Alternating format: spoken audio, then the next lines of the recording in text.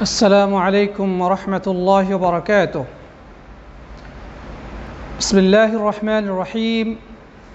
الحمد لله حمد الشاكرين، وأصلي وأسلم على النبي الأمين نبينا وحبيبنا وقدوتنا وإمام المرسلين محمد بن عبد الله وعلى آله وصحبه ومن استنى بسنته واهتدى بهداه إلى يوم الدين. أما بعد.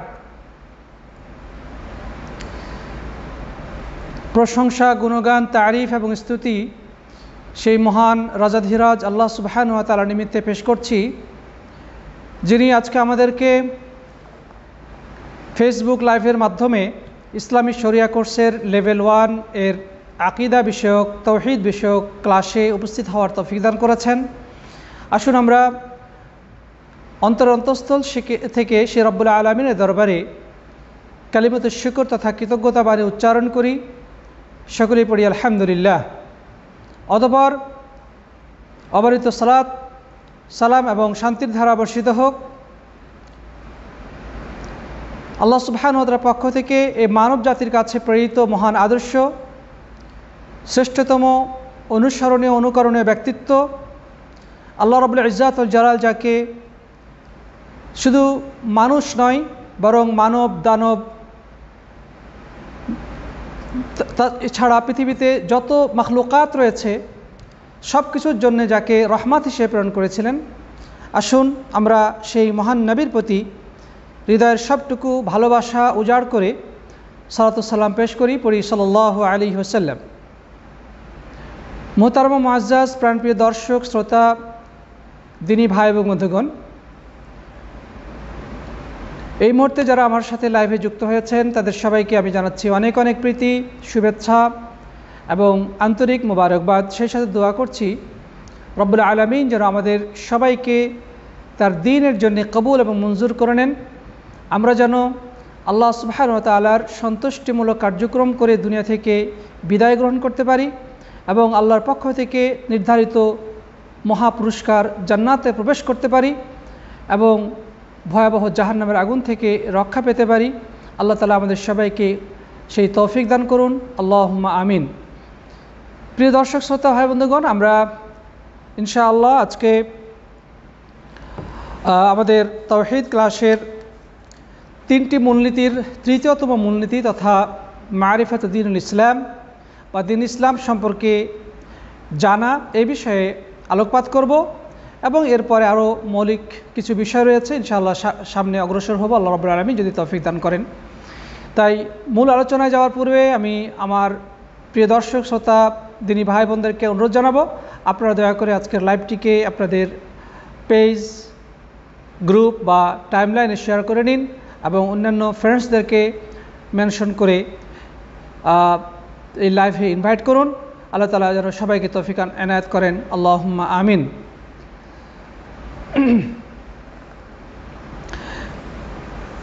প্রিয় সাথী বন্ধুগণ, তাহলে আমরা আমাদের নির্ধারিত আলোচনার দিকে অগ্রসর হতে পারি।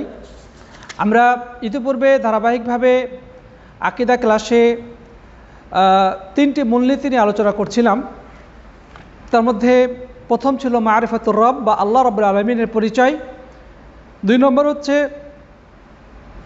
মারিফাতু নবী সাল্লাল্লাহু আলাইহি সাল্লাম, আল্লাহর নবী সাল্লাল্লাহু আলাইহি সাল্লামের পরিচয়, এবং 3 নম্বর হচ্ছে মারিফাতু দ্বীনুল ইসলাম, দ্বীন ইসলামের পরিচয়, যেটা ইনশাআল্লাহ আজকে আমরা আলোচনা করব। প্রিয় বন্ধুগণ, আমরা ইতিপূর্বে অবগত হয়েছি যে সমগ্র মানবজাতি এক মহা সুনিশ্চিত ধ্বংসের দিকে ক্রমশ ধাবমান হচ্ছে। এক নিশ্চিত বিপর্যয় তাদের জন্য অপেক্ষা করছে। তবে 4টি বৈশিষ্ট্য যারা অর্জন করতে সক্ষম হয়েছে বা 4টি বৈশিষ্ট্যের আলোকে যারা নিজের জীবন পরিচালনা করেছে তারাই মাত্র এই ধ্বংস বিপর্যয়ের হাত থেকে রক্ষা পাবে। যেই মূলনীতিগুলো বা যেই কর্মসূচিগুলো আল্লাহ সুবহানাহু ওয়া তাআলা সূরা আসরের মধ্যে আমাদের জন্যে উল্লেখ করেছেন, সেগুলো হচ্ছে আল্লাহর প্রতি ঈমান আনা, 2 নম্বর সৎকর্ম সম্পাদন করা, 3 নম্বর আল্লাহর দ্বীনের দিকে মানুষকে আহ্বান জানানো এবং 4 নম্বর হচ্ছে এই পথে টিকে থাকার জন্যে সর্বোচ্চ ধৈর্যের পরিচয় দেওয়া এবং অন্যকে ধৈর্য ধারণের জন্য উপদেশ দেওয়া, নসিহত করা। এই 4টি কার্যক্রম বা 4টি কর্মসূচির উপরে যাহারা জীবন পরিচালনা করবে তারাই মূলত ধ্বংস বিপর্যয়ের হাত থেকে রক্ষা পাবে এবং মহা সাফল্যের শীর্ষস্থানে উপনীত হতে পারবে। আল্লাহ সুবহানাহু ওয়া তাআলা আমাদের সবাইকে এই 4টি মূলনীতির আলোকে আমাদের জীবনের সমস্ত কার্যক্রম পরিচালনা করার তৌফিক দান করুন। আমরা সকলেই পড়ি আল্লাহুম্মা আমিন। প্রিয় সাথী বন্ধুগণ, সেই 4টি মূলনীতির মধ্যে প্রথমে যেটা ছিল যে আল্লাহর প্রতি ঈমান, এখানে এই ঈমানের পাশাপাশি আমাদেরকে এই 3টি বিষয় জানতে হবে। 1 নম্বর হচ্ছে আল্লাহ রাব্বুল আলামিনের পরিচয় সম্পর্কে জানতে হবে, 2 নম্বর নবীর পরিচয় সম্পর্কে জানতে হবে এবং 3 নম্বর দিন ইসলামের পরিচয় সম্পর্কে জানতে হবে এবং জ্ঞান অর্জন করতে হবে। সাথী বন্ধুগণ, আমরা এই 3টি মূলনীতির মধ্যে 2টি মূলনীতির আলোচনা ইতিপূর্বে করেছি। আজকের আলোচ্য বিষয় হচ্ছে মারিফাতু দীনুল ইসলাম। এবং আমরা ইতিপূর্বে এটাও বলেছি যে হাদিসে বর্ণিত হয়েছে যে আল্লাহ সুবহানাহু ওয়া তাআলা কবরের মধ্যে বিশেষ প্রশ্নোত্তরের ব্যবস্থা রেখেছেন প্রত্যেক মানুষের জন্যে, আদম আলাইহিস সালাম থেকে নিয়ে কিয়ামত পর্যন্ত যত মানুষের আবির্ভাব ঘটবে পৃথিবীর বুকে, এবং প্রত্যেকটি মানুষকে আবার আল্লাহর কাছেই ফিরে যেতে হবে। তো তাদেরকে মৃত্যুর পরে আল্লাহ সুবহানাহু ওয়া তাআলা প্রশ্ন করবেন ফেরেশতাদের মাধ্যমে। ফেরেশতা মণ্ডলী প্রত্যেক মানুষকে 3টি প্রশ্ন করবেন।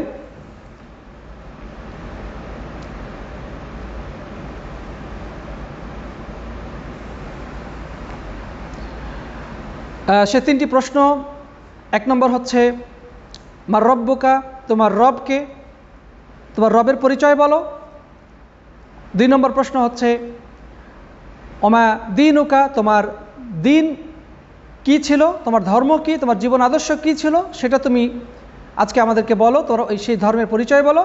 এবং 3 নম্বর হচ্ছে ওমা নবিয়ুকা, তবে নবী কে ছিল। এই 3টি প্রশ্ন প্রত্যেকটি মানুষকেই আল্লাহ সুবহানাহু ওয়া তাআলার ফেরেশতার মাধ্যমে প্রশ্ন করবেন।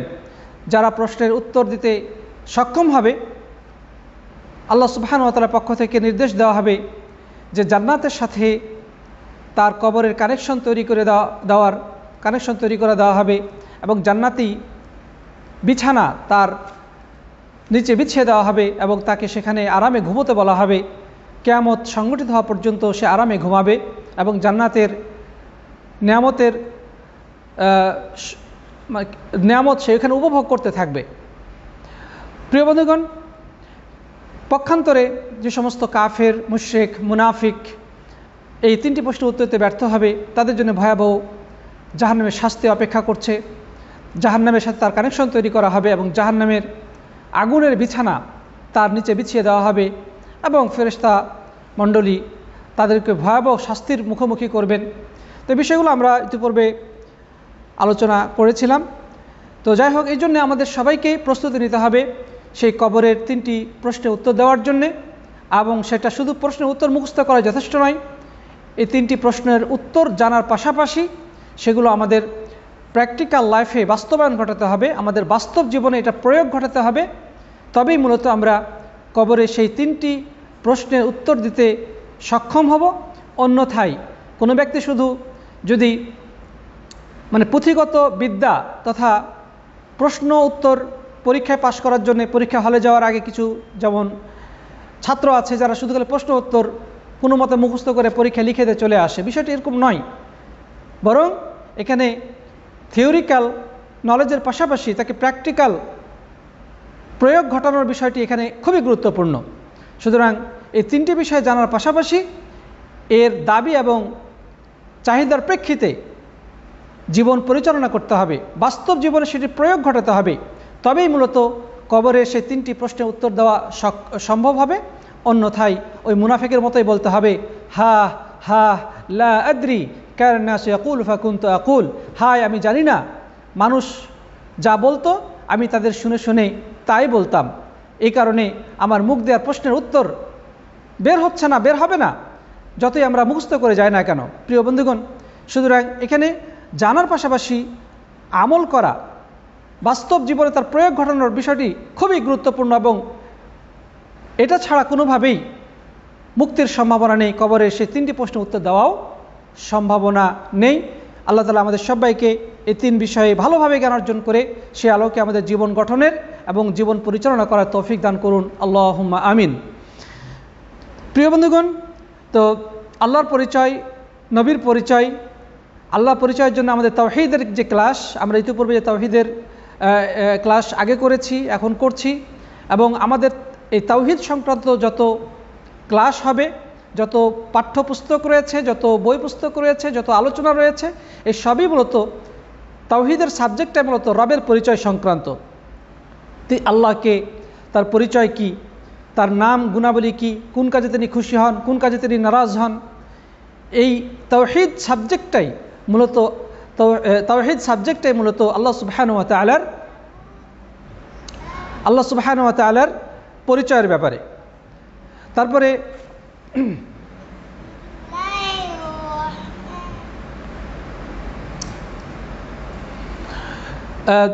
রাসূল করিম সাল্লাল্লাহু আলাইহি সাল্লামের পরিচয়ের জন্যে আমাদেরকে অবশ্যই সিরাতের বই পড়তে হবে। ইনশাআল্লাহ আমরা সিরাত বা রাসূল করিম সাল্লাল্লাহু আলাইহি সাল্লামের জীবনী সংক্রান্ত ক্লাসে প্রিয় নবী সাল্লাল্লাহু আলাইহি সাল্লামের জীবনের বিভিন্ন ঘটনাবলী, বিভিন্ন দিক নিয়ে আলোচনা করব, আল্লাহ যদি তৌফিক দান করেন। এবং এই জন্য আমাদের বইও পড়ার দরকার। সিরাত বিষয়ক যে সমস্ত মৌলিক এবং নির্ভরযোগ্য গ্রন্থ রয়েছে সেগুলো আমাদের স্টাডি করা উচিত। বিশেষ করে আমি রিকমেন্ডেশন করব আর রাহিকুল মাখতুম, আল্লামা শফিউর রহমান মোবারকপুরী কর্তৃক এক অনবদ্য সৃষ্টি, অনবদ্য রচনা, সেই সিরাতের কিতাবটি আমি সবাইকে পড়ার অনুরোধ করব, প্রিয় নবী সাল্লাল্লাহু আলাইহি সাল্লামের জীবনী সম্পর্কে অথেন্টিক জ্ঞান অর্জন করার জন্যে। যাই হোক, এরপরে আমাদের আজকে যে মৌলিক বিষয় হচ্ছে দ্বীন ইসলামের পরিচয়। তো আমাদের পরিচয়, দ্বীন ইসলামের পরিচয় কি? দ্বীন ইসলাম আমাদের ধর্ম, আমাদের জীবন আদর্শ, আমাদের চলার পথ, আমাদের মুক্তির পথ একটি। সেটি কি? সেটি হচ্ছে আল ইসলাম। ইসলাম ছাড়া অন্য কোনো ধর্ম, কোনো মতাদর্শ, কোনো আইডিওলজি, কোনো থিওলজি আল্লাহর কাছে গৃহীত হবে না। ইসলাম বাদ দিয়ে পৃথিবীতে যত মতাদর্শ রয়েছে, যত ধর্ম রয়েছে, যত মতবাদ রয়েছে, সবই ধ্বংসের নিশ্চিত ঠিকানা। আল্লাহ তাআলা কোরআনে কারীমের মধ্যে বারবার এই কথাগুলোই বলেছেন। আল্লাহ সুবহানাহু ওয়া তাআলা বলেছেন, ইন্নাদ-দীনা ইনদাল্লাহিল ইসলাম, আল্লাহর কাছে একমাত্র গ্রহণীয় জীবন আদর্শ হচ্ছে ইসলাম। আল্লাহ রাব্বুল আলামিনের কাছে একমাত্র জীবন, একমাত্র নির্ভরযোগ্য, গ্রহণীয় এবং পছন্দনীয় মনোনীত জীবন আদর্শের নাম হচ্ছে ইসলাম। আল্লাহ তাআলা বলছেন, ওমাই ইয়াবতাগি গায়রাল ইসলামি দীনান ফালান ইউকবালা মিনহু ওয়া হুয়া ফিল আখিরাতি মিনাল খাসিরিন। আল্লাহ সুবহানাহু ওয়া তাআলা আরও বলছেন যে ব্যক্তি ইসলাম বাদ দিয়ে অন্য কোনো ধর্ম, অন্য কোনো মতাদর্শ, অন্য কোনো জীবন আদর্শ অনুসন্ধান করবে,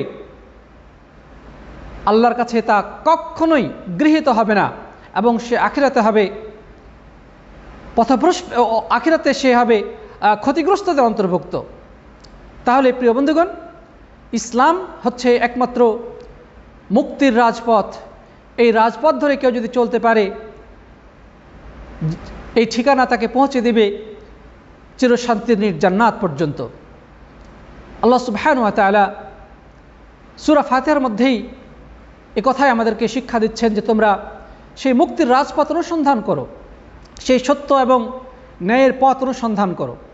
আমরা সূরা ফাতিহায় ডেইলি এই সত্যের পথ অনুসন্ধান করি, আল্লাহর কাছে প্রার্থনা করি, আল্লাহর কাছে বলি, ইহদিনাস সিরাতাল মুস্তাকিম, হে আল্লাহ তুমি আমাদেরকে সরল সোজা পথের সন্ধান দাও, এমন পথ যে পথের মধ্যে কোনো বক্রতা নেই, যেটা একেবারে সোজা চলে গেছে জান্নাতের পথে, সেই পথের সন্ধান তুমি আমাদেরকে দাও। সেটি কোন পথ? সেটি হচ্ছে ইসলামের পথ, সেটা হচ্ছে কোরআন নির্দেশিত পথ। সেই পথেরই সন্ধান তুমি আমাদেরকে দাও, যে পথ বেয়ে চলে গেছে তোমার প্রিয়জনেরা, তুমি যাদের প্রতি নিয়ামত দিয়েছো, তোমার প্রিয়ভাজন যে সমস্ত আম্বিয়া আলাইহিসসালাম, তারপরে সাহাবায়ে কেরাম, শুহাদায়ে আযম, মুজাহিদিন, আউলিয়ায়ে সালেহিন, ওই সমস্ত প্রিয়ভাজন বান্দারা যেই পথ বেয়ে সাফল্যের রাজপথ ধরে তারা কামিয়াবির পথে চলে গেছে, যেই পথ ধরে তারা অগ্রসর হয়ে তোমার সন্তুষ্টি কুড়িয়ে নিতে সক্ষম হয়েছে, হে আল্লাহ তুমি আমাদেরকে সেই পথ দাও, তুমি আমাদেরকে তুমি সেই পথের দিশা দাও। আমরা ডেইলি সূরা ফাতিহার মধ্যে আল্লাহ রাব্বুল আলামিনের কাছে সেই প্রার্থনা জানাই। সেটি হচ্ছে আমাদের পথ, সেটি হচ্ছে আমাদের জীবন আদর্শ, সেটি হচ্ছে আমাদের আইডিওলজি, সেটি হচ্ছে আমাদের মতাদর্শ, বলেন যা কিছুই বলেন, সেটি হচ্ছে আমাদের একমাত্র পথের ঠিকানা। প্রিয় বন্ধুগণ, সুতরাং আমরা এক কথায় উত্তর দেব যে আমাদের ধর্মের নাম হচ্ছে ইসলাম।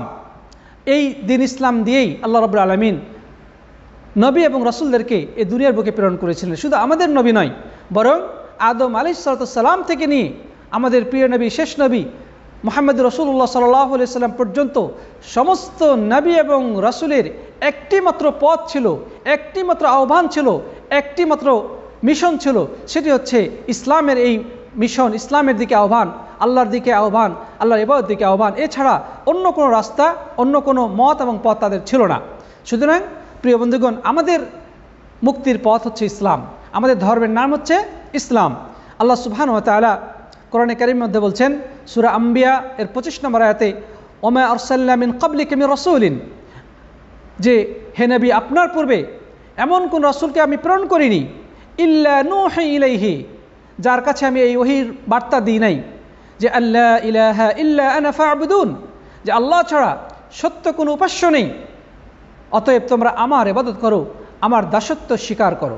প্রিয় বন্ধুগণ, তাহলে আল্লাহ সুবহানাহু ওয়া তাআলা আমাদের নবীকে লক্ষ্য করে বলছেন যে হে নবী আপনার পূর্বে যত রাসূলের আবির্ভাব ঘটিয়েছি, যুগে যুগে যত নবী এবং রাসূল এই পৃথিবীর বুকে আগমন করেছিলেন, সমস্ত নবী এবং রাসূলের কাছে আল্লাহর পক্ষ থেকে এই প্রত্যাদেশ এসেছিল, এই ওহী এসেছিল, এই নির্দেশনা এসেছিল যে তোমরা কি করবে, লা ইলাহা ইল্লা আনা ফা'বুদুন, যে আমি ছাড়া সত্যিকার কোনো উপাস্য নেই, এই কথার আহ্বান জানাবে, এই কথার ঘোষণা দিকে দিকে ছড়িয়ে দিবে, প্রত্যেকটি মানুষকে এই লা ইলাহার দিকেই আহ্বান জানাবে।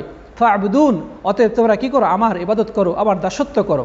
তাহলে কি বোঝা গেল, যে সমস্ত নবী এবং রাসূলের পথ, ধর্ম, জীবন আদর্শ, মিশন ছিল ইসলাম। ইসলাম ছাড়া অন্য কিছু ছিল না। আমাদের নবীকে আল্লাহ সুবহানাহু ওয়া তাআলা এই কথাই বলেছেন, হুয়াল্লাযী আরসালা রাসূলাহু বিদীনিল হক লিইয়ুযহিরাহু আলাদ দীনি কুল্লিহি হুয়াল্লাযী আরসালা রাসূলাহু বিল হুদা ওয়া দীনিল হক, যে তিনি তো সেই মহান সত্তা যিনি তার রাসূলকে প্রেরণ করেছেন বিল হুদা, সত্যের দিশা দিয়ে, ওয়া দীনিল হক, এবং সত্য দিন দ্বারা, সত্য দিন সহকারে। তিনি তো সেই মহান সত্তা যিনি তার রাসূলকে প্রেরণ করেছেন হিদায়াত তথা সঠিক দিক নির্দেশনা দিয়ে, সুপথের সন্ধান দিয়ে, এবং দীনুল হক, সত্য পথ দিয়ে, সত্য পথ সহকারে। লিইয়ুযহিরাহু আলাদ দীনি কুল্লিহি, কেন পাঠিয়েছেন, যিনি অন্যান্য যে সমস্ত ধর্ম পৃথিবীর বুকে আছে, অন্যান্য যে সমস্ত মতবাদ পৃথিবীর বুকে রয়েছে, সেগুলোর উপরে যেন দ্বীন ইসলামকে বিজয়ী করেন, সেই সমস্ত ধর্মের উপরে যেন ইসলামের বিজয় বার্তাকে উড্ডীন করে, বিজয় পতাকাকে উড্ডীন করে। এই জন্যে আল্লাহ রাব্বুল আলামিন আমাদের নবীকে এই দুনিয়ার বুকে প্রেরণ করেছেন। সাথী বন্ধুগণ, তাহলে আমরা এখান থেকে পাচ্ছি যে আমাদের একমাত্র জীবন আদর্শ হচ্ছে ইসলাম। ইসলাম ছাড়া পৃথিবীর মানুষ যদি অন্য কোনো ধর্মের অনুসরণ করে, অন্য কোনো মতবাদকে তাদের জীবনের মতবাদ হিসেবে, জীবন আদর্শ হিসেবে গ্রহণ করে, তাহলে সে নিশ্চিতভাবেই ধ্বংসপ্রাপ্ত, সে নিশ্চিতভাবেই ক্ষতিগ্রস্তদের দলভুক্ত, সে নিশ্চিতভাবেই জাহান্নামের অধিবাসী হবে। আল্লাহ রাব্বুল আলামিন আমাদেরকে সব ধরনের গোমরাহি, ভ্রষ্টতা এবং ধ্বংসের পথ থেকে রক্ষা করুন। তিনি যেন আমাদেরকে আখিরাতে জাহান্নামের আগুন থেকে হেফাজত করেন। আল্লাহ রাব্বুল আলামিন কবুল করুন, আল্লাহুম্মা আমিন। প্রিয় বন্ধুগণ, আমরা তাহলে জানতে পারলাম যে আমাদের যদি জিজ্ঞাসা করা হয় যে আমাদের দ্বীনের নাম কি, আমরা বলবো আমাদের দ্বীন হচ্ছে ইসলাম। আর দ্বীন ইসলাম বলতে কি বোঝাই, আমরা ইনশাআল্লাহ এর পরবর্তীতে আলোচনায় যাব। ইসলাম কাকে বলে, ইসলামের রোকন, ইমান কাকে বলে, ইমানের রোকন, দিনের যে স্তর, সেগুলো নিয়ে ইনশাআল্লাহ নেক্সট আলোচনা হবে ইনশাআল্লাহ। তো যাই হোক প্রিয় বন্ধুগণ, তো এ পর্যায়ে যে জিনিসটি আমাদের জানা দরকার যে দিন ইসলামটা মূলত আল্লাহর আদেশ নিষেধ পালন করার নাম। আল্লাহ যেগুলো আদেশ করেছেন সেগুলোকে মেনে চলা এবং যেগুলো নিষেধ করেছেন সেগুলো থেকে দূরে থাকা, এটার নামই হচ্ছে ইসলাম সংক্ষেপে। আল্লাহর হুকুম আহকাম অনুযায়ী, আল্লাহর নির্দেশনা আলোকে জীবনের প্রত্যেকটি কাজ পরিচালনা করা, জীবনের প্রত্যেকটি বিভাগ পরিচালনা করা, এটির নামই হচ্ছে ইসলাম।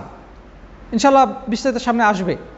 তাহলে এখন আমাদের জানা দরকার যে আল্লাহ রাব্বুল আলামিন যে আমাদেরকে কতগুলো নির্দেশ দিয়েছেন, সেই নির্দেশগুলোর মধ্যে সবচেয়ে গুরুত্বপূর্ণ নির্দেশ কোনটি, সবচেয়ে অপরিহার্য পালনীয় নির্দেশ কোনটি, যেটা সকল নির্দেশের মধ্যে গুরুত্বপূর্ণ, সেটি হচ্ছে আল্লাহ সুবহানাহু ওয়া তাআলার তাওহীদ বাস্তবায়ন, অন্য কথায় আল্লাহ রাব্বুল আলামিনের ইবাদত করা। আল্লাহ সুবহানাহু ওয়া তাআলার ইবাদত করা বা আল্লাহ রাব্বুল আলামিনের তাওহীদ বাস্তবায়ন ঘটানো, এটি হচ্ছে আল্লাহর পক্ষ থেকে মানব জাতির কাছে প্রেরিত যত নির্দেশনা রয়েছে, যত আদেশ রয়েছে, যত বিধান রয়েছে, সমস্ত কিছুর মূল কথা, সব কিছুর মধ্যে সবচেয়ে গুরুত্বপূর্ণ কথা হচ্ছে এটাই। এবং প্রত্যেক নবী রাসূল এই কথাই তাদের উম্মতকে বলে গিয়েছেন। আল্লাহ সুবহানাহু ওয়া তাআলা বলছেন, ওয়ালাকাদ বাআসনা ফি কুল্লি উম্মাতি রাসূলা আন ইবুদুল্লাহ ওয়াজতানিবুত তাগুত। আমি প্রত্যেক জাতির কাছে একজন করে রাসূল প্রেরণ করেছি, একজন বার্তাবাহক প্রেরণ করেছি। কি নির্দেশনা দিয়ে? আন ইবুদুল্লাহ, যে কেবল তোমরা আল্লাহর ইবাদত করো, ওয়াজতানিবুত তাগুত, এবং তাগুত থেকে দূরে থাকো। তাহলে তাগুত থেকে তথা আল্লাহর ইবাদত ছাড়া অন্য যত কিছু ইবাদত করা হয় সেটাই হচ্ছে তাগুত। সেই তাগুত থেকে দূরে থাকতে হবে এবং সমস্ত ইবাদত, ছোট বড়, প্রকাশ্য অপ্রকাশ্য, সমস্ত প্রকার ইবাদতকে আল্লাহর জন্যে খালিসভাবে, একনিষ্ঠভাবে সমর্পণ করতে হবে। এটি হচ্ছে আল্লাহ সুবহানাহু ওয়া তাআলার ইবাদত। সুতরাং মানব জাতির কাছে আল্লাহর পক্ষ হতে প্রেরিত সবচেয়ে গুরুত্বপূর্ণ এবং সবচেয়ে জরুরি নির্দেশ যেটা, সেটি হচ্ছে আল্লাহ সুবহানাহু ওয়া তাআলার ইবাদত করা। এবং আল্লাহ রাসূল সাল্লাল্লাহু আলাইহি সাল্লাম তিনি মক্কাতে 13টি বছর মানুষকে আল্লাহর দিকে আহ্বান জানিয়েছেন। সেই আহ্বানের মূল কথা কী ছিল? ইয়া আইয়ুহান নাস কুলু লা ইলাহা ইল্লাল্লাহ তুফলিহু। হে মানুষেরা, তোমরা একথার সাক্ষ্য দাও যে আল্লাহ ছাড়া সত্যিকার উপাস্য আর কেউ নেই, আল্লাহ ছাড়া ইবাদত পাওয়ার হকদার আর কেউ নেই, তাহলেই তোমরা সফলতা অর্জন করবে। প্রিয় বন্ধুগণ, আল্লাহ রাসূল সাল্লাল্লাহু আলাইহি ওয়াসাল্লাম মক্কি জীবনের অধিকাংশ সময়টাই তিনি এই তাওহীদ তথা লা ইলাহা ইল্লাল্লাহর দিকে মানুষকে আহ্বান জানিয়েছেন। পথে ঘাটে প্রান্তরে, বাজারে, মেলায়, হজের মৌসুমে, জনে জনে মানুষের কর্ণকুহরে তিনি এই লা ইলাহা ইল্লাল্লাহ এই আহ্বানটাই ছড়িয়ে দিয়েছেন। মক্কি জীবনের দাওয়াতের মৌলিক বিষয়গুলো আপনি যদি অনুসন্ধান করেন, সেখানে এই তাওহীদের মূল বিষয়টিকে সবচেয়ে বেশি অগ্রাধিকার দেওয়া হয়েছে। সেখানে মক্কার জীবনে পর্দা বা মদের নিষিদ্ধতা, জিহাদ, রোজা, এই বিষয়গুলো ছিল না। আল্লাহ সুবহানাহু ওয়া তাআলা মদিনায় যাওয়ার পরে ক্রমান্বয়ে ধীরে ধীরে মুসলিমদের উপরে ফরজ করেছেন। কারণ মানুষের ভিতরে যদি শিরিক থেকে থাকে, মানুষ যদি তাওহীদ ভালোভাবে উপলব্ধি করতে সক্ষম না হয়, তাহলে তার নামাজ, রোজা, হজ, যাকাত, কুরবানি কোনো কিছুই কাজে লাগবে না, সব কিছুই ব্যর্থ হয়ে যাবে। এই জন্যে আগে মূল ভিত্তি, মূল ফাউন্ডেশন আল্লাহ রাসূল সাল্লাল্লাহু আলাইহি ওয়াসাল্লাম গড়েছেন। সাহাবীদের হৃদয়ে তাওহীদের সুদৃঢ় ফাউন্ডেশন স্থাপন করেছেন। যদি ফাউন্ডেশন নড়বড়ে হয়, তাহলে ওই ফাউন্ডেশনের উপরে কখনোই বড় ঘর তৈরি হতে পারে না, কোনো ইমারত প্রতিষ্ঠিত হতে পারে না। ঠিক একইভাবে মুসলিমের যে মূল ফাউন্ডেশন সেটি হচ্ছে তাওহীদ। সে তাওহীদ যদি কারো দৃঢ় না হয়, তাহলে তার উপরে যত কিছুই তৈরি করা হোক না কেন, এর উপরে অন্য কিছুই যত কিছুই দাঁড়াক না কেন, সময়ের ব্যবধানে সেগুলো ধসে পড়বে, সেগুলো ক্ষতিগ্রস্ত হবে, কোনো সন্দেহ নেই।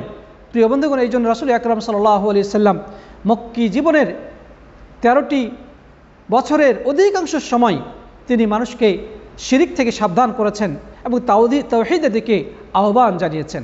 আজকের অধিকাংশ মুসলিমদের অবস্থা, তারা মুখে বলে তাওহীদ, কিন্তু আপনি মাজারে খুঁজে যান, সেখানে দেখতে পাবেন অসংখ্য অগণিত মানুষ, বরং মসজিদ থেকে মাজারে জনসংখ্যা বেশি দেখতে পাবেন।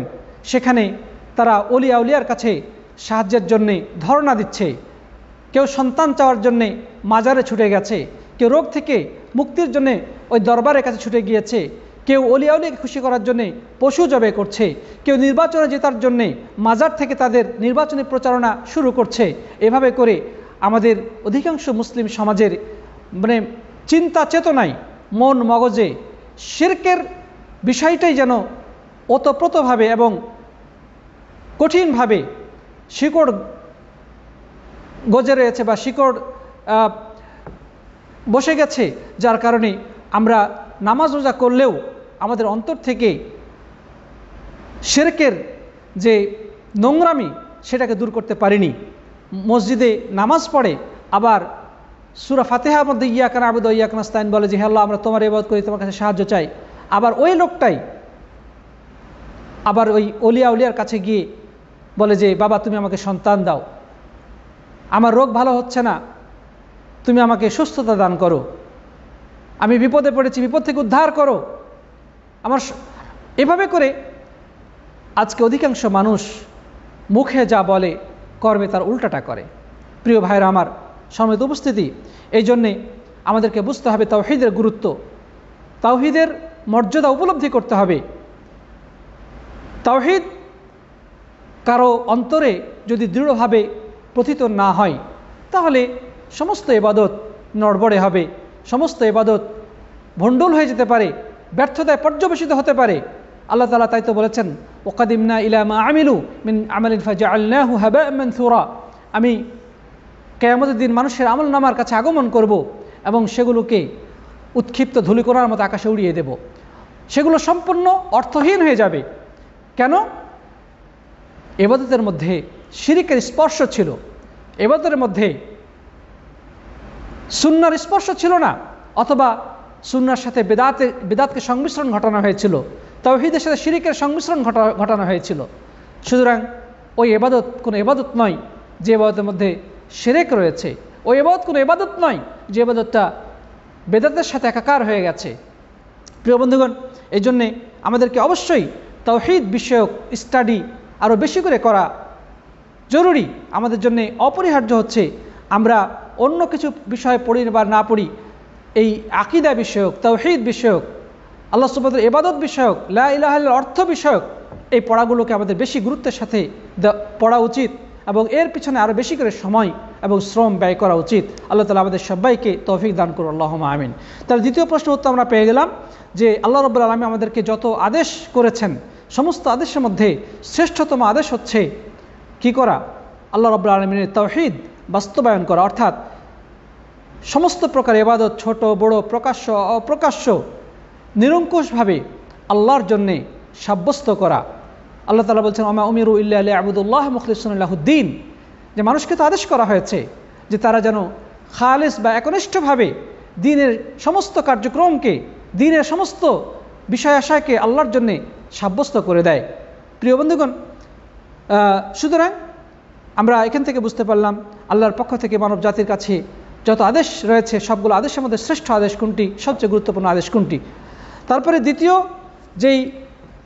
তৃতীয় যে বিষয়টি আমরা জানব সেটি হচ্ছে যে আল্লাহর পক্ষ থেকে অনেক ধরনের নিষেধাজ্ঞা রয়েছে মানব জাতির উপরে। আল্লাহ সুবহানাহু ওয়া তাআলা অনেক কিছু থেকে নিষেধ করেছেন, বিভিন্ন ধরনের নিষেধাজ্ঞামূলক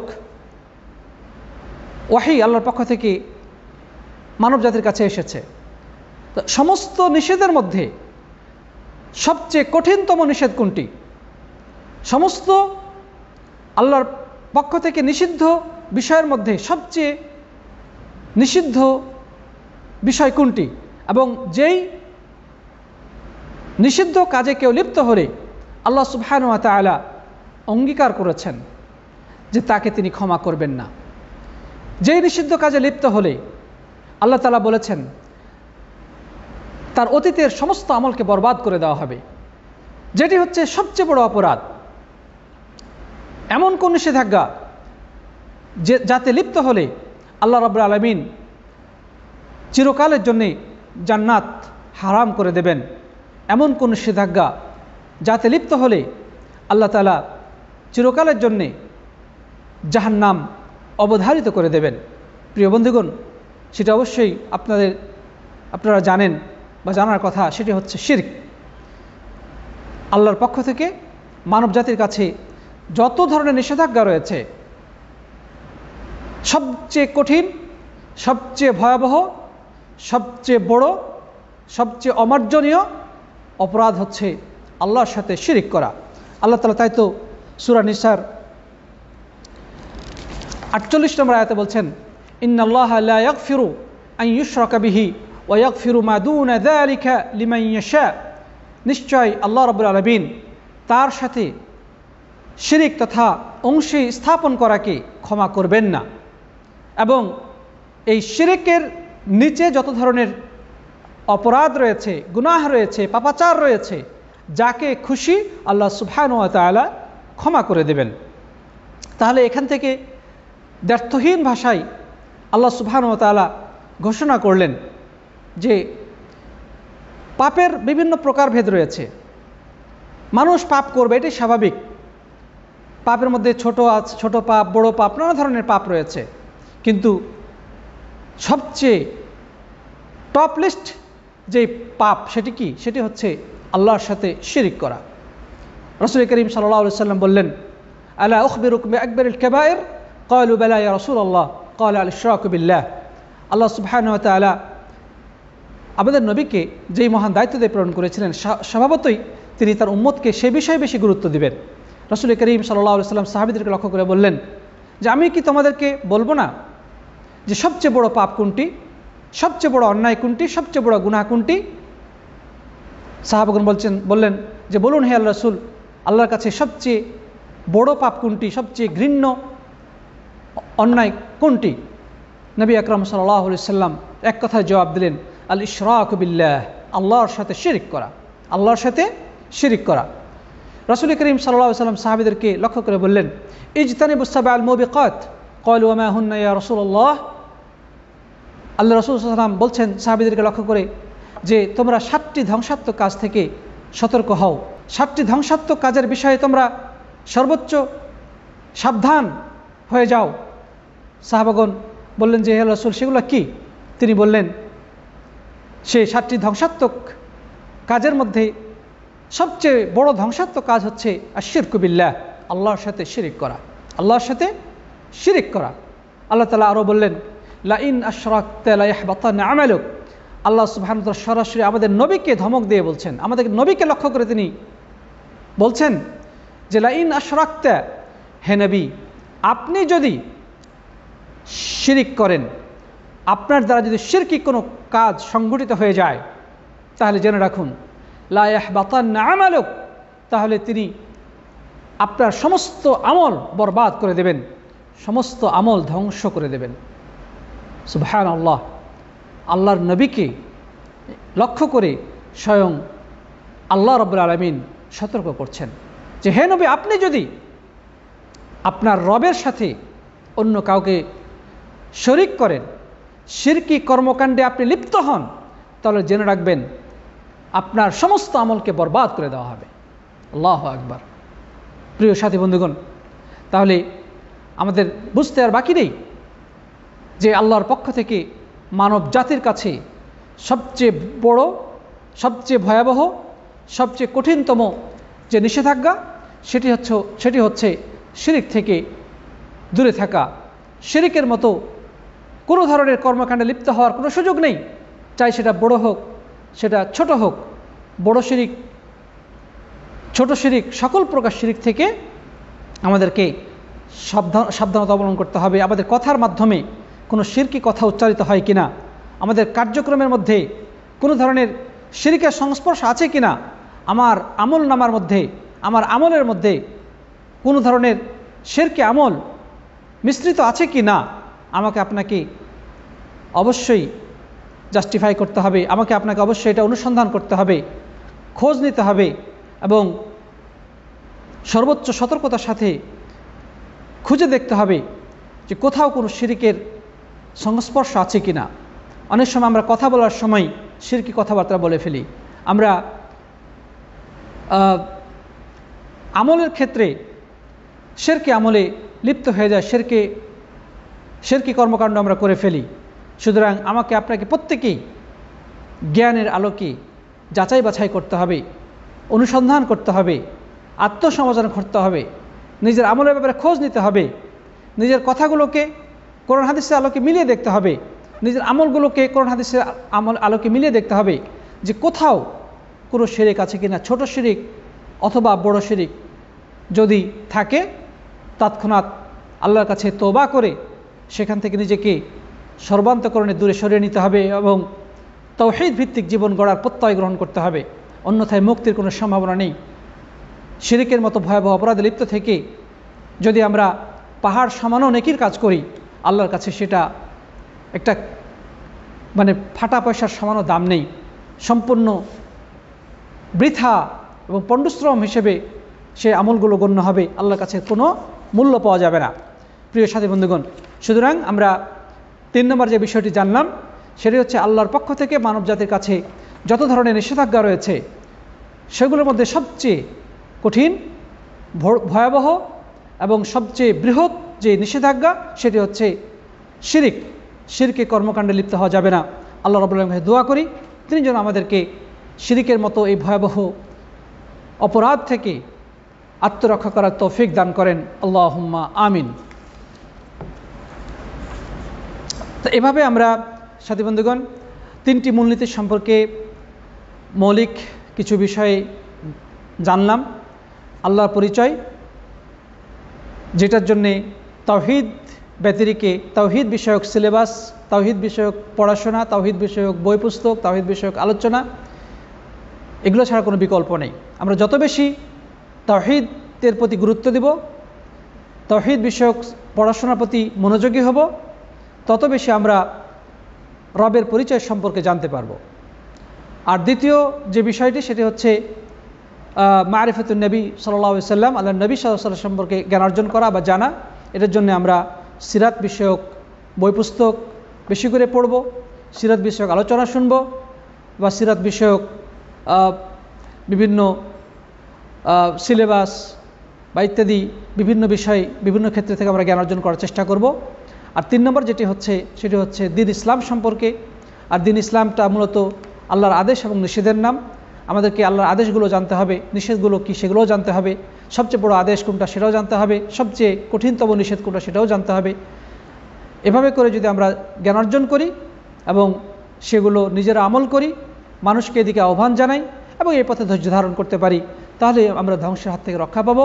অন্যথায় আমরা সুনিশ্চিত এক ভয়াবহ বিপর্যয় এবং ধ্বংসের দিকে এগিয়ে চলেছি, যা আল্লাহ সুবহানাহু ওয়া তাআলা সময়ের কসম খেয়ে সূরা আসরের মধ্যে আমাদেরকে তিনি সতর্ক করে দিয়েছেন। আল্লাহ তাআলা বলছেন ওয়াল আসরি ইন্নাল ইনসানা লাফি খুসরিন, সময়ের কসম, নিশ্চয় মানুষ ধ্বংসপ্রাপ্ত, মানুষ ধ্বংসশীল। ইল্লাল্লাযিনা আমানু ওয়া আমিলুস সালিহাতি ওয়া তাওয়াসাউ বিল হাক্কি ওয়া তাওয়াসাউ বিস সাবরি, তবে তারা নয় যারা ঈমান এনেছে, সৎকর্ম সম্পাদন করেছে, মানুষকে হকের দিকে তথা দ্বীন ইসলামের দিকে আহ্বান জানিয়েছে এবং এ পথে টিকে থাকার জন্য একে অপরকে ধৈর্যের উপদেশ দিয়েছে। আল্লাহ তাআলা আমাদেরকে এই 4টি কর্মসূচির উপরে আমাদের জীবন পরিচালনা করার তৌফিক দান করুন এবং বিশেষ করে এই যে 3টি বিষয়, যে 3টি বিষয় সম্পর্কে জ্ঞান অর্জন করা অপরিহার্য এবং যে 3টি বিষয় আমাদেরকে কবরে প্রশ্ন করা হবে, সেই 3টি বিষয়ে আরও বেশি জ্ঞান অর্জন করে সেই আলোকে এখন থেকে প্রস্তুতি নেওয়ার তৌফিক দান করুন। আল্লাহুম্মা আমিন। প্রিয় বন্ধুগণ, তাহলে আমরা পরবর্তী আলোচনার দিকে কিছু অগ্রসর হতে চাই। সেটি হচ্ছে যখন আমরা দিন সম্পর্কে জানলাম যে আমাদের দিন হচ্ছে ইসলাম, তখন অবশ্যই আমাদেরকে এই ইসলাম বা দিনের স্তর সম্পর্কে জানা জরুরি। আমরা যখন জানতে পারলাম যে আমাদের দিনের নাম হচ্ছে কি ইসলাম, সুতরাং এই দ্বীনের যে আরও স্তর রয়েছে সেগুলো জানা অবশ্যই জরুরি। তো আমরা আজকে হয়তো বা এই বিষয়ে আলোচনা করব না, ইনশাআল্লাহ দ্বীনের স্তর নিয়ে আমরা সামনে আলোচনা করার চেষ্টা করব। দ্বীনের স্তর হচ্ছে তিনটি, ইসলাম, ঈমান এবং ইহসান। তারপরে আছে ইবাদত। ইবাদত কাকে বলে ইনশাআল্লাহ সেগুলো নিয়ে আমরা পরবর্তীতে আলোচনা করব। তো আজকে ক্লাস এখানেই সমাপ্ত করতে চাচ্ছি। প্রিয় সাথী বন্ধুগণ, আমাদের পরীক্ষা হবে আগামী শনিবারে। এ পর্যন্ত যারা তাওহীদের বই পেয়েছেন, পৃষ্ঠা হলো 43 পৃষ্ঠা পর্যন্ত আপনাদের পরীক্ষা হবে ইনশাআল্লাহ। মানে পরবর্তী পরীক্ষার পর থেকে, মানে পূর্ববর্তী পরীক্ষার পর থেকে আমাদের পূর্বে যে পরীক্ষা হয়েছিল সেটি হচ্ছে তাওহীদুল আসমা ওয়াস সিফাত। তাওহীদুল আসমা ওয়াস সিফাত এ পর্যন্ত আমাদের গত পরীক্ষা হয়েছিল। আজকে এরপরে মানে সামনে যে পরীক্ষাটা হবে সেটা হচ্ছে 35 পৃষ্ঠা থেকে 43 পৃষ্ঠা পর্যন্ত, তিনটি মূলনীতি এবং আজকের সর্বশেষ পড়া পর্যন্ত ইনশাআল্লাহ। আশা করি আপনারা আগামী শনিবারে যথাসময়ে পরীক্ষার প্রস্তুতি গ্রহণপূর্বক আমাদের গ্রুপে অ্যাক্টিভ থাকবেন। আমাদের হোয়াটসঅ্যাপ বা আমাদের যে টেলিগ্রাম গ্রুপ আছে সেগুলোতে ইনশাআল্লাহ আমাদের যথারীতি গুগল ফর্মের মাধ্যমে প্রশ্ন সরবরাহ করা হবে এবং এমসিকিউ পদ্ধতিতে পরীক্ষা নেওয়া হবে। তো ইনশাআল্লাহ আপনারা সকলেই যথাযথভাবে প্রস্তুতি নিয়ে তাতে অংশগ্রহণ করবেন সেই উদাত্ত আহ্বান রেখে আজকের ক্লাস থেকে এখানেই বিদায় নিচ্ছি। ইনশাআল্লাহ আগামীতে আবারও কথা হবে আগামী রবিবার। আল্লাহ তাআলা সবাইকে সে পর্যন্ত ভালো রাখুন, সুস্থ রাখুন, ঈমানের উপরে প্রতিষ্ঠিত রাখুন, সেই প্রত্যাশা ব্যক্ত করে জাযাকুমুল্লাহ খায়রান আজকে শেষ করলাম। দেখা হবে আগামীতে। সকলের জন্য দোয়া করবেন, আমার জন্য আপনারা দোয়া করবেন। সুবহানাকাল্লাহুম্মা ওয়া বিহামদিকা আশহাদু আল্লা ইলাহা ইল্লা আনতা আস্তাগফিরুকা ওয়া আতুবু ইলাইক। আসসালামু আলাইকুম ওয়া রাহমাতুল্লাহি ওয়া বারাকাতুহু। একজন বলেছেন যে হোয়াটসঅ্যাপে বইটি পাওয়া যাবে কিনা। হ্যাঁ, হোয়াটসঅ্যাপ আমাদের গ্রুপে বইটি দেওয়া আছে। কেউ যদি না পেয়ে থাকেন ইনশাআল্লাহ যোগাযোগ করলে ইনশাআল্লাহ দিয়ে দেওয়া যাবে। আর আমাদের এই লাইভ পেজেও বইটার পিডিএফ দেওয়া হয়েছে। আপনারা পিছনে স্ক্রল করে গেলে পেয়ে যাবেন। পিছনে যদি আপনি স্ক্রল করে যান, খুঁজতে যান, তাহলে আপনি পেয়ে যাবেন। এই পেজেও আপলোড দেওয়া হয়েছে, আপনি এখান থেকেও নিতে পারবেন ইনশাআল্লাহ। জি, আসসালামু আলাইকুম ওয়া রাহমাতুল্লাহি ওয়া বারাকাতুহু।